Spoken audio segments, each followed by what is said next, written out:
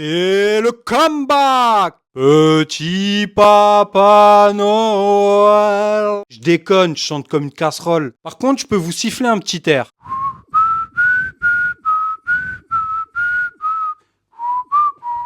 La mafia dans le sport. On le sait évidemment, comme dans tous les milieux où il y a beaucoup d'argent, il y a toujours un peu la mafia. Et pour mon grand retour, on va parler aujourd'hui de Jorge Martin qui, lui, évoque ce problème-là dans le sport de haut niveau, dans le MotoGP. Il évoque son titre, mais également son parcours, ses doutes. On revient sur les déclarations de Jorge Martin de suite. N'oubliez pas de liker la vidéo, de vous abonner, sinon je chante jusqu'à la fin de la vidéo.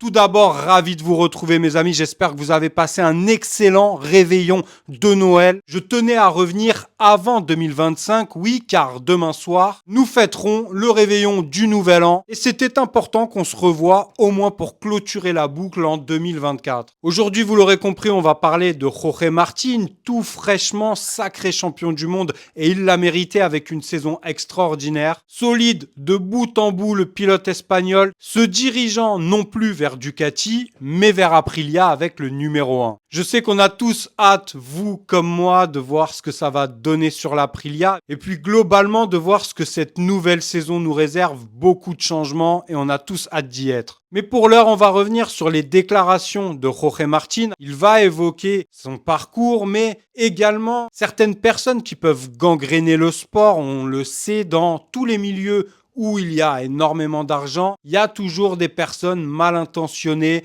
malhonnêtes, malveillantes. Et malheureusement, le MotoGP n'échappe pas à cette règle. On revient sur les déclarations de Jorge Martin de suite. Lorsque vous gagnez, vous vous souvenez de tout ce pourquoi vous vous êtes battu pour arriver à ce jour. Le 17 novembre, j'ai réalisé mon grand rêve. Au début, il y a beaucoup de joie, mais ensuite, tout cela s'estompe et je n'ai qu'une envie, me déconnecter et assimiler tout ça car je n'ai pas encore réalisé que je suis champion du monde MotoGP. Quand j'étais petit, j'ai toujours rêvé d'être champion du monde MotoGP, mais au fil des années, j'avais de nombreux doutes en voyant comment fonctionne ce monde avec ses problèmes et ses dynamiques parfois injustes. La mafia aussi qui existe dans le monde du sport et dans le MotoGP, gagner cette année a été très compliqué, mais je l'ai fait et cela me donne beaucoup de confiance pour l'avenir. À un moment donné, j'étais même paranoïaque, je me demandais s'il y avait une conspiration pour que je n'atteigne pas la ligne d'arrivée. Mais au dernier virage, j'ai pleuré en voyant le drapeau à damier, l'émotion était immense. Lors de ma 3e année en Red Bull Rookie Cup, si je n'avais pas gagné, je n'aurais plus jamais couru. J'avais 13 ans, j'ai changé mon alimentation,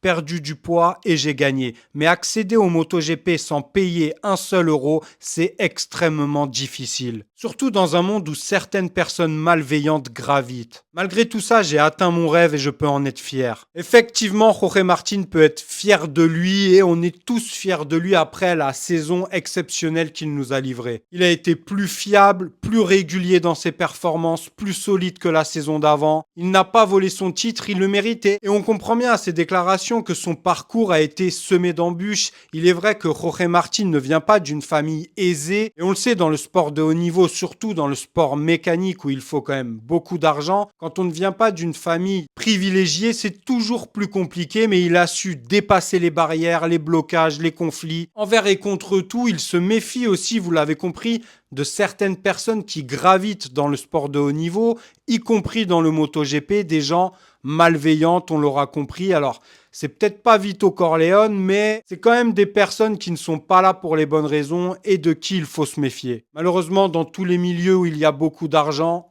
il y a toujours ce genre de personnes. Une chose est sûre, Jorge Martin est maintenant le pilote qu'il a toujours rêvé d'être et en plus de ça, il n'est pas naïf, donc il évitera de nombreux pièges, même dans l'avenir. On lui souhaite que du bon en attendant, on se retrouve dès vendredi pour une prochaine vidéo. N'oubliez pas de liker la vidéo, de vous abonner. C'était un plaisir de vous retrouver. Passez un bon réveillon, on se retrouve en 2025. Prenez soin de vous, de vos proches. Ciao!